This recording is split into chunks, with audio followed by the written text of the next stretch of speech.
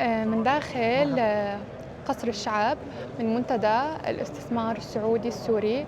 تم الإعلان عن 44 اتفاقية استثمار.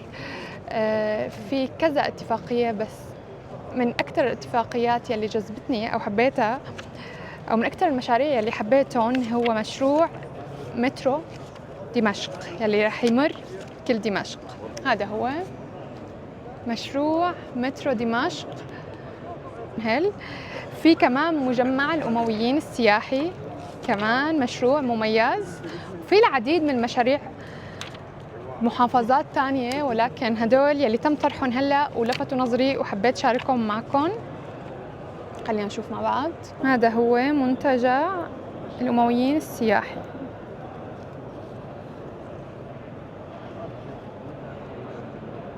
هو فندق قاسيون على سفح جبل قاسيون ومطل على كل مدينة دمشق. مدة التنفيذ 3 سنوات. المساحة الطابقية 10,000 متر مربع. حجم الاستثمار المتوقع 16 مليون دولار. طلع شوفوا الجمال.